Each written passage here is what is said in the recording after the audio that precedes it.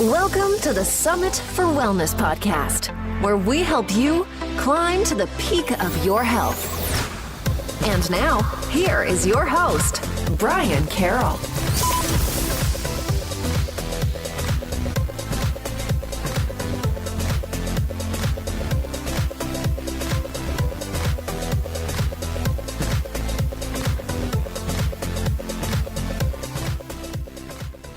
Hello, and welcome to episode 52 of the Summit for Wellness podcast. I'm your host, Brian Carroll, and today's episode is brought to you by Thrive Market, which is the largest online retailer of natural food products that is all at wholesale pricing. So instead of going to the store and paying the ridiculous markups on healthy food options, you can just order directly from Thrive Market and it will arrive right on your doorstep in just a couple days. So if you want to learn more, go to summitforwellness.com/thrive. Now, I have a question for you. Did you know that over 45 million Americans go on some sort of diet every single year, and about 95% of those people cannot maintain whatever it is that diet has achieved for them, whether it's results that they've gotten or to be able to continue eating that way for a longer period of time other than just a couple of months. Now, those numbers are pretty significant, and it really shows us that there is some missing component to dieting that most diets are missing out on. And that is going to be part of the topic of today's podcast, because we are going to talk about intuitive eating and how we have lost our touch with our body to understand what exactly our body needs in the foods that we are eating. So I brought on Garces to talk about her own struggles with dieting and her own struggles with food, and how that taught her what it meant to start listening to her body, to understand the foods that she actually needed to provide her body to be able to be successful and to get the results that she wanted to receive and keep with the foods that she was eating. So let's dive into my conversation with Garces. Garces is a nurse practitioner and certified nutritional therapy practitioner. She blends her professional background in traditional healthcare, wellness, and nutrition with her passion for the healing power of spiritual wholeness for women and men across the country. Katie examines how our spiritual and emotional barriers have a direct effect on our relationship with our bodies. Her coaching and online programs utilize concepts of intuitive eating, intermittent fasting, and real food while working to achieve a grown-up and empowered approach to life balance so her clients will live lives that feel sexy, spiritual, and sane. Thanks for coming on to the show, Katie. Oh, thank you so much for having me. I'm excited to be here. Yeah, I'm really excited to talk about some of the intuitive eating principles that you've been talking about. So before we get into that, let's dive into your background a little bit and talk to us about your journey becoming a nurse practitioner and a nutritional therapy practitioner. Absolutely. Yeah, I went to undergraduate for nursing. I did a couple years of ICU nursing, went back to grad school, got my nurse practitioner, did that whole jam for many, many years, and I really loved it. After I had my kiddos, though, I've always been really interested in nutrition and health, but after I had my kiddos, I just really dove into it. That was kind of the height of paleo exploding onto the scene, and I was just fascinated with it because my nutrition background was always the low fat, non-fat, all of that sort of fat phobia we had all been raised with in the 80s, 90s. So I was just fascinated by the idea of real food being healing and being healthy, and that we could eat fat without getting fat, and just it really blew my mind. So it was kind of a full-time hobby, and I decided to make it, my real-time gig. So I went back to school, got my NTP, and started my business. And that was about 4.5 years ago. I started out, initially my business was called Green Plate Kate, and I was really pretty much 100%, paleo coaching, did a ton of Whole30 coaching, learned a ton from that. But through my own personal nutrition journey, as well as what I was seeing a lot with my clients, realized there's a lot more to it than just a yes-no list or a really strict 30-day challenge. And that started me peeling my own onion layers, if you will, as to kind of what's going on underneath some of our eating behaviors and food behaviors and dieting and all that jazz. And so that's really where my focus has been. And that brings a lot of other components into the pictures, a lot of more holistic components, mindfulness and even spirituality. Because I was so much more than just food, I rebranded to katiegarces.com. And so now I really do life, spiritual, and wellness coaching with a strong nutritional foundation, because I do believe that's obviously very, very important as well. So it has been a journey, and it is definitely an ongoing journey, but I think that's kind of what makes it beautiful. Yeah, and let's dive into your own struggles a little bit with food, because a lot of people look as practitioners as these perfect people that have the perfect diets, but that's not necessarily true. So I think a lot of people could learn a lot just from hearing your own struggles with food and how you thought of food when you were eating it. Right. Well, I am one of those people who's kind of been a lifelong dieter ever since I can remember. I was dieting and trying to just lose a little extra weight, even though I really didn't have extra weight to lose. Kind of always looking for that magic pill. And then oftentimes finding myself emotionally eating or overeating, even just because I had restricted so much in whatever diet it was that I was trying at the time, or trying to feel better from the constant disappointment or feelings of failure that I had around dieting. When I discovered paleo and the real food framework, like I said, I was so excited about it. And for me and for a lot of people, paleo or whatever, sort of diet framework they're trying at the time works really well until it doesn't work anymore. And so for me, when I, embraced paleo, I really leaned out and I felt amazing. But I tended to take things a little extreme. So I was super low carb and I was CrossFitting 5 days a week. And like I said, it worked until I didn't. And I managed to exercise and diet myself right into adrenal fatigue. And that was kind of a time where I had to just really step back and say, okay, because it was out of my control. And so kind of recovering from that and still trying to find what's the perfect thing for me. It wasn't until about a little over a year ago, that I just said, I'm really tired. I am really tired of this. They say, doing the same thing over and over, expecting the same different results is the definition of insanity. And I felt like I've been doing this for 20 years. Like I have to find out what's underneath this, and I have to release all these diet frameworks. And I think for, any of the nutritionists out there listening, it can be really confusing, because when we go to nutrition school and we read all the research and all the books and we're like, oh yeah, we totally get on board with it. And then the very next class, we learn something completely contradictory and we're like, oh yeah. And so I came out of nutrition school completely confused. I didn't know up from down. So there was just a lot of confusion there. And like I said, after many, many years of this, I got to a point of just exhaustion. And I realized I had to just kind of let it go and start to trust my body. And I had heard about intuitive eating for years. I read about it. I was like, hey, yeah, that's awesome. Go you. But that's not for me. It felt scary to me because I didn't know what life would look like outside of a framework or plan that was telling me what I should and shouldn't be eating.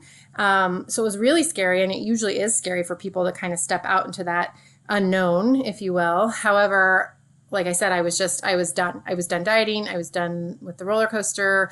I was done with the extremes, either eating super, super clean or, having a bender weekend or whatever of food and drink and all the things. And so I'm like, I have to find this gentle middle, and that's a much more peaceful place to live. So I dove in, and I have been really happy with intuitive eating for myself and my clients. And I kind of feel like it's almost this hidden secret that I wish everyone could at least learn about and potentially, embrace. And the funny thing is that it's actually how we were made to live and made to eat. We were given intuition, we were given body cues for a reason. And we've just kind of forgotten how to listen to them and what to do with them, because we're so used to following plans and books and recommendations and things like that. So what's so natural to us, or what should be so natural to us, has turned into this scary, unknown place. And so that's what I try to help people navigate and learn and embrace. So in there, you had mentioned that at some point you brought yourself to adrenal fatigue, which in our last episode with Cynthia Thurlow, we were talking about HPA axis dysfunction and adrenal fatigue. So I'm wondering, how long did it take you once you realized that you brought yourself to exhaustion to be able to pull yourself back out and be able to have your energy back and function? I would say it was a good year. And probably because I really didn't want to admit what was going on at first. I was like, well, if I'm, CrossFitting too much, then I'll just start a different exercise regimen. So I started Orange Theorying too much, So it really took me a while to even kind of accept that I was at a place where I really needed to rest and recover. And once I did, and that was really truly having to come to a place of real surrender, I was able to begin healing. And, I would say that whole from sort of determining that I was there to really feeling my best again, it was about a year, 9 months to a year. So it's serious. And that's why I really tell people, like, take care of yourself, pay attention to what's going on. I mean, I was learning about adrenal fatigue in nutrition school as I was, CrossFitting too much and eating too low carb and, starting my business, going to school, still working. I mean, I was like, oh, well, that happens to other people. That won't happen to me until I literally couldn't get off the couch one day. So it's real, and we just have to really be in tune and give ourselves the rest and the recovery that our body is asking for. Yeah, and to be patient with it too and allow it to take the time that it needs to get to where it needs to be. So let's dive into the intuitive eating a little bit more. Can you talk about what it is and what were the initial steps that you took to start following this intuitive eating process? Sure. So intuitive eating is really, like I said, it's very natural for us. It's the way we were sort of wired to eat and live. An intuitive eater, I like to say, is somebody who makes their food choices without guilt, without dilemmas, who honors their hunger, who respects their fullness, and who actually seeks and enjoys pleasure from eating. So a lot of us have made eating this really stressful thing, from a yes, no list to weighing our food to, it's stressful. It has come so far from, enjoying pleasure and seeking those things from food. So that's kind of what I like to call an intuitive eater. If you think about it, animals intuitively eat. Kids, for the most part, intuitively eat. And I think we've just been so inundated with, news articles and books and podcasts and blogs. And I do want to say there's a time and a place for all of that stuff. And it's super important that we educate ourselves to how to be healthy and how to eat and live healthily. It's just when we get to that place of almost information overload to the point that we don't even know how to listen to what our body's asking for, that we get into little trouble. So I like to say there's, a time and a place for information and fact finding and seeking expert opinions. And then there's a time and place for what I like to call just body wisdom, for just getting back into our body, listening to what is going on, what our body's asking for. Is it asking for rest? Is it asking for more carbs? Is it asking for more fat? Whatever that may be, despite what your latest, diet framework says you should be doing, or despite what your best friend is doing and she managed to lose 20 pounds, or despite what your coach is doing, So it's really trying to get back in touch with what your body's asking for, honoring that, not feeling guilty about it, and kind of going from there. And I think we don't give our bodies almost sometimes the appreciation that they are dynamic, changing organisms, right? We are different day to day. For women, we're very different week to week with our hormones. If you think about different times in our life, from, being even like an infant to a toddler to a teenager to a pregnant person or a training athlete, the needs of our bodies are drastically different during those times. And so, like I said, if something worked for you at one point, great. But if it stops working for you, acknowledge that, recognize that, don't force it. Or if you find a framework that you love, but there's one piece that just doesn't seem to jive with your body, but you're forcing yourself to do it just so you can be like on point with the diet, that's just silly. You got to really say, okay, what's working for my body? How do I want to feel? Is this serving me? Is this getting me to the way I want to feel? And if not, how can I change it? There's no diet police out there that's going to say, hey, you're not doing this component of, this diet, so you better, so you fail. It's really about how can I live, eat, move, sleep, all of those things to feel the way I want to feel. So does that answer that? I kind of went tangential. Yeah, and I like one of the things that you mentioned there with the dynamic changing organisms because, like you said, so many people, they go onto a diet and it's like beating a hammer against your head. Even though you don't feel good, you want to stick to that diet and they just keep going with it. But every day is different, especially for women with their hormonal cycles. Every single day their body needs something different nutrients, different macronutrients, whatever it is, to be able to handle those hormonal changes. So I love that you mentioned the dynamic changing organisms there. Right.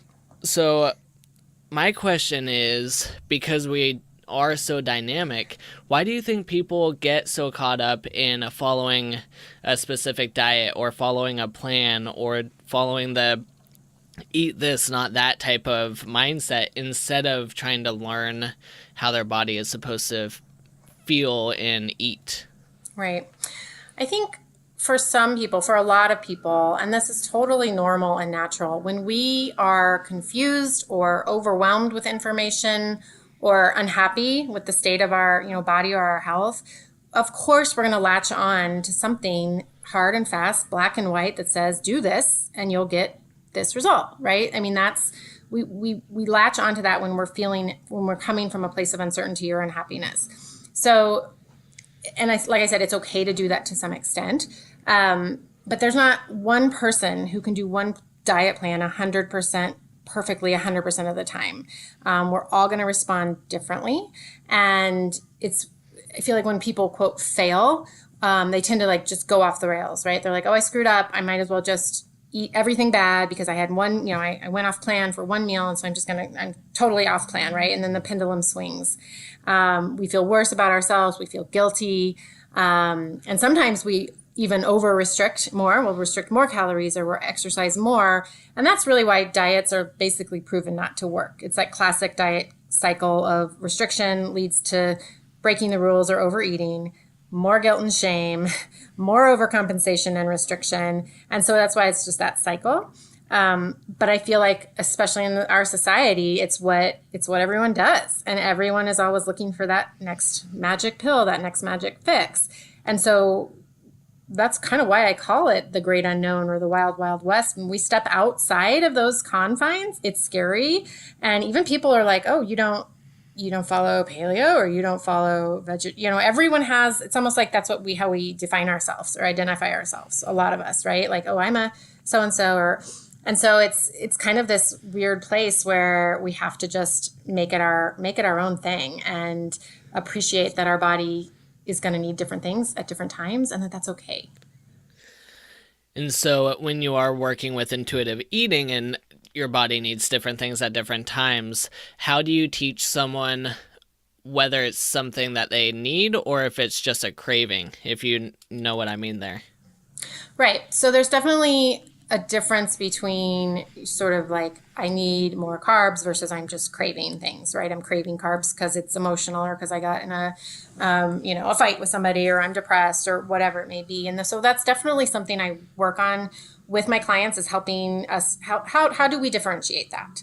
And it gets tricky because the fact of the matter is that food is emotional.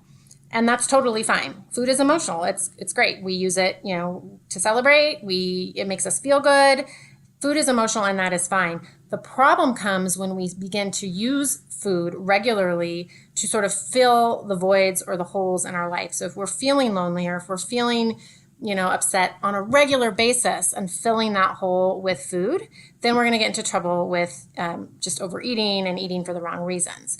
So recognizing the difference between am I really hungry is something else going on. And so I teach a lot of, cues like always take a couple deep breaths before you eat. I mean, that's any nutritionist will tell you to do that, just to drop into that rest and digest phase anyway. But to actually really check in with your body and be like, am I needing something else? Is it actually food? And if it is, great, go for it. Enjoy your meal. If it's not, just taking that moment or two and be like, what could it be? Right? Do I need to seek comfort elsewhere? Do I need to pick up the phone and call my mom or my best friend? Do I need to, one of my favorite things to do is turn on music. I mean, music can be so healing and it can raise your vibe and it can just take you to another level in a good, healthy way. So it's kind of finding those things that can give you pleasure without immediately turning to food. And I think another important thing is to really get in touch with our hunger and fullness sensations, because a lot of my clients come to me and have no idea. They don't remember what it's like to feel hungry because they're eating all the time or they're constantly grazing. And so getting back into touch with our hunger and fullness sensations, those are really important physiologic cues. They're part of our makeup for a reason. And if we can begin to recognize when we're actually hungry versus, oh, this is an emotional craving, and when we're actually full, meaning I can stop eating now, I don't have to clean my plate, or I don't have to finish this, or I'm not eating in such a mindless manner that I don't even realize how much I've eaten. So just really getting back in touch with our hunger and fullness sensations can also help us when it comes to knowing the difference between, am I really hungry versus is this an emotional thing? And then I just want to also add that, like, if you do say, you know what, yeah, this is an emotional thing, and damn it, I'm going to eat anyways. My biggest, if you don't take anything else away from this, is that that's okay too. And every time you go to eat is basically a chance to start again. So if you overate or you ate emotionally and you're beating yourself up about it, that's where we get into trouble. That's that slippery slope of when people tend to spiral. And like I was saying, oh, I already ate, I ate ice cream last night, so screw it, I'm going to eat, crappy all week. So I always say, like, even if you have what you would determine not to be the healthiest choice, or you overate, all you have to do is start again. Every opportunity to eat is an opportunity to choose differently. And if we can avoid those spirals that a lot of us have gotten into with the dieting, overeating, if we can avoid the spirals, then it's super easy to sort of, quote, get back on track. So those are some pretty big things to kind of help people just kind of get in touch with those different emotions and feelings. I like how you said that every single meal is a chance to start over, because a lot of times when people fall off the bandwagon, then they'll fix it on Monday. They'll start over on Monday. So you're saying, no, you can start over at the next meal. That's totally fine. Exactly. So if people wanted to start learning how to apply this intuitive eating framework, what are some of the first steps that they can take to help themselves out? Because it sounds like if you did all of it at once, it's going to be kind of overwhelming. So I'm sure there's like a stair-stepping pattern to get people to start integrating it slowly into their daily lives. Right. And I think probably the first sort of mindset piece is just to really try to ditch the diet mindset in general. Like, you're not on or off a diet, on or off a detox or a challenge or a cleanse. You just are. And then the second really big thing is to get rid of labeling food good or bad. It's that sort of food and morality piece where, that's bad food or that's an unhealthy food. And food is actually innately just neutral. The only time it's good or bad is when we put those definitions on it. And so when we can stop putting those labels on our food as good or bad, it kind of takes some of the stress off of us, and it can allow us to make choices based on what we eat. I mean, I remember doing detoxes in the past where fruit was limited. And again, all of these programs have been helpful for me in many different reasons, in very different ways. I'm not bashing any sort of program at all. But when I came out of that program, I was literally scared to eat fruit. I was like, I can't eat fruit. It's going to make me fat. It's going to make me gain weight. And that's like absurd, right? Fruit is so nutritious and so healthy. It comes from the earth. It's a real food.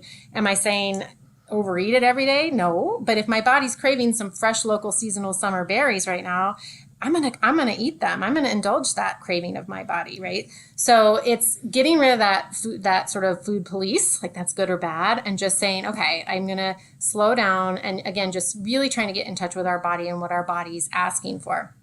And a lot of people will say, well, Katie, if you tell me I can have anything I want, well, then hell yeah, I'm going to go grab some donuts and, pizza for dinner. And so that's another reason people get scared, because they think they're just going to eat all the bad things and gain all this weight. And the fact of the matter is, it is important.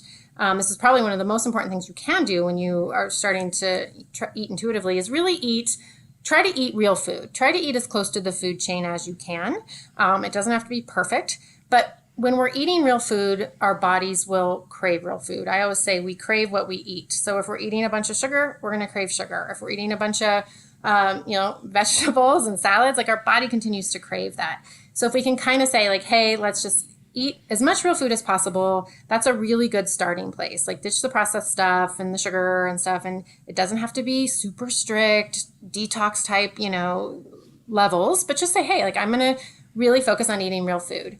Once we're eating real food, then we can start saying, okay, do I need a little bit more carbs today? What is my body asking for? I'm pretty full after this. I think I'm going to put the rest in the fridge, or you know what, I'm still pretty hungry. I had a pretty big workout this morning, and I'm gonna honor that need. And so it's really, I think the basics to start is sticking to the food chain, eating real food as much as you can, and then getting the diet mindset, and then the food and morality thing. Like just like say, hey, food is neutral. Like food is neutral, and as soon as we take away that forbiddenness for people, it kind of loses its charm, right? If there's something that is in your pantry that is just forbidden, that's a no food. It's almost like the more we think about it, the bigger it gets, right? And so there's a cookie in there that you got for your kiddo or something, and you just can't stop thinking about it because you've in your mind forbidden it, or you've said it's a no food. We think about it until it becomes almost overwhelming. And this is for some people. And then we end up eating maybe like 5 of those cookies, as opposed to saying, hey, you know what? I think I want to have one of those cookies. I'm going to eat it. I'm going to enjoy it, and I'm going to move on. Or just say, hey, I know those cookies are there. They're not good. They're not bad. They're not yes. They're not no. They're just there. Sometimes we even forget that they're there when we're not obsessing. And so it's I think that's a huge piece for people, is to just take the good or bad, right or wrong labels off of food. So when you were talking about fruit, it made me think about my own eating patterns. And I noticed that during the summer, I like to eat, or during the year, I guess I like to eat fruit in July and August, and that's kind of about it. The rest of the year, I don't really want fruit. And I'm assuming that part of that is, one, the food is a lot colder, and I tend to eat colder food in the summer because it helps to cool me down. But 2, I'm a lot more active, and so it kind of helps give me a little bit more glucose into my system. And then when winter comes around, I'm a little slower because it's winter time, and then I have warmer foods that have more soups and stuff like that. So would that be an example of intuitive eating? Absolutely. And that's very almost primal. I mean, that is literally how we have evolved. When we eat seasonally, if we follow the seasons and what is fresh and available for us, you're going to be eating basically exactly how you said, right? And if you think about even, like early man, when they didn't have grocery stores, if they came upon a berry patch in July or August, first of all, I'm sure it hit the spot because, fresh and juicy and hydrating and all of those delicious things that fruit has. But also it's kind of preparing us for the colder months when we're not going to have those foods, when we maybe do need to put on a little bit of weight. That's traditionally how man evolved. So eating seasonally is very intuitive. And same thing, like I don't crave a crunchy, delicious salad as much in the winter when it's freezing cold. I crave those soups and stews and comforty slow cooker meals, which you couldn't pay me to eat right now. It's 100 degrees. I want those smoothies, and I want fruit, and I want crunchy, cool salads. And so, yeah, it's a very good point. And when we're forcing ourselves to eat a salad in the dead of January and our body's like, no, I want this like delicious soup, then we need to honor that. There's a lot to it, and there's a lot of evolutionary history to that too in our DNA. Yeah, talking about coming across patches of berries, usually August through October here in Washington, we have the mountain blueberries that start to pop out. And whenever we come across those when we're backpacking, we'll spend hours just picking and eating them because they're so delicious. Yes. So, yeah, I definitely know that feeling where it's like, I need this right now. Yeah. I mean, nature didn't get it wrong, right? When nature makes beautiful, delicious fruit that tastes so good to us when we come across it in a patch in August, I mean, boom, that's the beauty of this world, this earth that we have, and all the bountiful foods that we have available to us at the right seasons and the right time. So, yeah, I think that's awesome. Can you talk a little bit about some of the intuitive eating practices that you do in your own daily life? Yes, absolutely. So for me, and I know you mentioned this when you were introducing me, I'm also a big proponent of intermittent fasting for health benefits. I think it can be really helpful for people to lose weight, maintain weight, longevity. That's a whole nother podcast. But when I mentioned earlier about things working until they stop working, intermittent fasting was something I really embraced for a while, probably about a couple years in a really successful way, until it stopped working for me. And when I say it stopped working for me, I started noticing that when I was breaking my fasts, I was overeating, or it just didn't seem to be working anymore. And once again, you'd think I would have learned my lesson. I kind of forced it, and I was like, why isn't this working? And I realized some days, my body needs breakfast, or my body needs to eat a little bit more frequently, or my eating quote window needs to be longer. And so the way I utilize that and anything in my sort of nutrition and diet right now is just really checking in every morning. If I don't feel super hungry right away and I feel like I could, push my breakfast back a little bit, that might be a day I do a little bit of intermittent fasting. If I wake up and I'm hungry and I know I'm heading to the gym in an hour, like I'm going to have a really good breakfast that sounds good. And I've used this story a lot, so if anybody's heard me talking, they've probably heard me say this story, but this is a perfect example of me intuitive eating. We went to breakfast at a really good local place, really good quality food. And I remember thinking I really was craving something cool and crunchy and maybe even a little sweet. But in the back of my mind, I was thinking, no, that's too high in sugar, or you need to have, eggs and bacon, low carb, more paleo-ish, But instead, I actually decided to honor my body's craving, and I ordered it was like a house-made granola and a local yogurt. So it was it was still very healthy, but it was the cool and crunchy and a little bit sweet that I wanted. And I ate it, I enjoyed it, and I moved on. Now, had I maybe said, well, no, I'm not going to give myself what I'm asking for because I don't think it's, quote, right. I'm going to have this more savory, lower carb breakfast, which again, certainly healthy, perfect for whoever else. But for me that day, if I had eaten that and not honored what my body was asking from the sensations and the flavors and stuff, I guarantee I would have gone home and started to graze in my pantry, or, just pick at food because I hadn't given my body what it was asking for.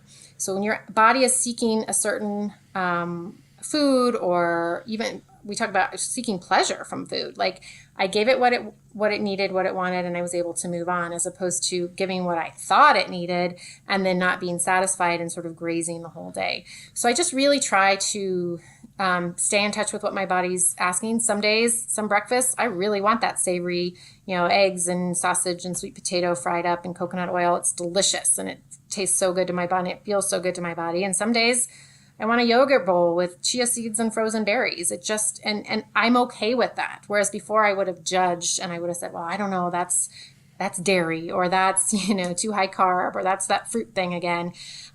So for me, it truly is a day-to-day practice. And I think that it has to be, because like I said, our bodies are going to change every single day. And if I feel like fasting is serving my body this day, I'm going to do that. And if I feel like I need a little bit more food, I'm going to ask what it is that I need and honor that. So intuitive eating is different for everybody. And that's why it's kind of exciting and kind of scary, because we really have to figure out how it's going to work for us and know that it's always changing. Yeah, I love that example too, how you could have just stuck to the parameters of a diet, but you felt completely in the opposite direction of what that diet would have been. So, and then you followed your gut instead of the diet. So I love that example. Yeah. Now, you have an intuitive eating audio program. Can you talk about that a little bit? I do. Yeah. I was doing presentations and, sort of workshops on intuitive eating here locally in Denver.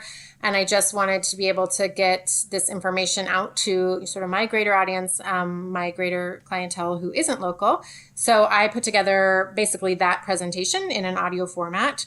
And it's an introduction to intuitive eating and why dieting doesn't work. And we go into some other really interesting facets about, the diet culture, and specifically why the way the diet culture speaks, even specifically to women as opposed to men, it doesn't work at all. So we talk a lot about that. And then I go through 9 fundamentals of intuitive eating. And I've touched on a couple of them here today, but really how to approach it, how to understand it, how to give yourself sort of that self-compassion and that self-awareness that this can be successful for you. For me, when I was able to get into my groove with intuitive eating, I actually lost weight. And I think it's because my body I stopped doing the deprive, super clean, and then swing to the other way where I was like, oh, screw it, I'm going to eat like all the things. And so that's not healthy either, right? We need to be really gentle with our bodies. Our bodies are sensitive, creatures. So actually I lost some weight. I was sleeping better. I was happier. I was more present because I wasn't in my head so much about, should I eat this? Should I not eat this? If I eat this, I'm going to have to exercise more tomorrow. The mental energy that some of us expend when we are thinking about food and dieting and our bodies and our weight, it's a lot, and it takes us away. It takes us away from our relationships. It takes us away from the work we're trying to do. It takes us away from our life. And that's probably why I feel as passionately as I do about intuitive eating is, the weight aside, if we can free up that precious energy and be more present in our life and be happier and be more peaceful because we're not chained to this diet torture that a lot of us would describe as torture. It's such a more peaceful place to be. And I think when we're more peaceful, the cortisol in our body is lower. And like I said, we sleep better and everything just kind of settles down a little bit and we can just be a little bit happier, healthier, holistically in general. So I talk a lot about that in the program. And it's I think it's just a really nice introduction. I have a lot of sort of journal prompts and there's a little worksheet that goes along with it to kind of just get things moving in your mind about what all of these behaviors, if you're struggling with something like this, like overeating or emotional eating, what that's all about, because it's usually not about the food. There's usually something a little bit bigger under there or different. And, I always say we just need to ask ourselves, what is our relationship with food trying to show us or teach us? Because there's usually a bigger lesson there. So if we can start to chip away at that, then we can start to find some peace with our relationship with food and dieting and all that jazz. So yeah, we dive into that. It's a 2-part audio, so you can listen, when you're driving or folding clothes or whatever. And and I also have a Facebook group for people, whether or not you do the program or not, you can hop on that Facebook group and join for questions or support or whatever. So it's fun. It's a nice little program. And I'll have links to the audio program and the Facebook group on the show notes for this episode, which can be found at summitforwellness.com/52. And that program sounds like a pretty good value. So I definitely recommend people going to check it out. It sounds like you get a lot for what it is. Yeah, I purposely made it very inexpensive. I think it's only $12.99. So it's the cost of, lunch. Because I really feel strongly that people, if this is something you struggled with, I want you to know that there is some relief out there, and it's just really, I think, valuable information. If nothing else, just to, like I said, get those wheels turning about what's going on with you and all of this. So it's an ongoing journey. It's a lifelong journey, but the more tools we have for the journey, I think the more successful we'll be. Right. And then you also have your website, katiegarces.com. What all do you do at your website there? I have a blog, and we do recipes. We do, talking about stuff like this. So kind of the whole, my sort of umbrella term is sexy, spiritual, and sane, which means in a nutshell, how can we be healthy in our bodies? So feel good. How can we be healthy in our minds? And how can we sort of have that deeper connection with whatever our deeper connection may be, sort of plugging back into our spiritual power outlet. I kind of call it the trifecta. So I talk on all those things on my site. I also have some coaching opportunities there. If you're looking for one-on-one help, I do a lot of this one-on-one. It's, one thing to educate ourselves. It's another thing to have somebody kind of walk with you, at least when you start your journey. I always say the best coaches have coaches, and that's definitely been true for me. So happy to chat with anybody, offer free discovery calls, which you can find on my site if you just want to connect for a few minutes and see if any of this is right for you. I'd be more than happy to talk. So yeah, it's all there. Awesome, Katie. And you can also be found on your social media platforms, Facebook, Instagram, and Pinterest. And I'll have links to those in the show notes as well. Do you have any final thoughts that you would like to share with my audience? I think just have compassion with yourself. And even if you feel like you've had ups and downs in the past with eating or dieting or food, just know that everything that's behind you is just a lesson, and don't judge it. Don't be hard on yourself. It's just almost like a data point, right? We learn from everything that we have done in the past, and we take that with us, and all we can do is try to be better. We get to choose differently, like I said, every day, every meal, educate ourselves, reach out to people that, might be able to help you, and just have compassion with yourself. And food is your friend. And once we make friends with food, a lot of the strife and the stress can just kind of dissipate. So that's all. I just want to encourage people to consider those ideas and be kind to themselves.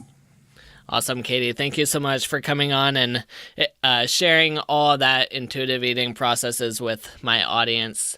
I know a lot of people will appreciate it, and I definitely think it's one of those missing components that people don't really think about. So it's very important for sure. So thank you so much. Thank you for having me. And there you have it. If you find yourself constantly worrying about food, or if you're one of those people that goes on the next new diet trying to figure out what you can do to reach the goals that you are trying to achieve, then I highly recommend going and checking out the intuitive eating audio program that Katie has on her website. I think you'll get a lot of really good information, and you'll learn how to start listening to your body and figuring out what it needs. Okay, next week we are going to have Lori Hammer on our show to talk about different amino acids that we need in order to have proper function within our brain chemistry. So it was a really unique episode because we dive into the different neurotransmitters and how each amino acid helps with the production of these neurotransmitters.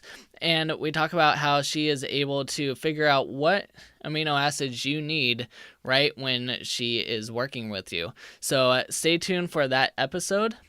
And if you enjoyed this episode, then please go to iTunes and leave us a rating and review.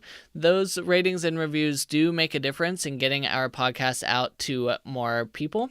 So if you go to summitforwellness.com/iTunes, it'll take you about 5 seconds to leave us a rating, and it would greatly help us out. Keep climbing to the peak of your health, and we will see you next time.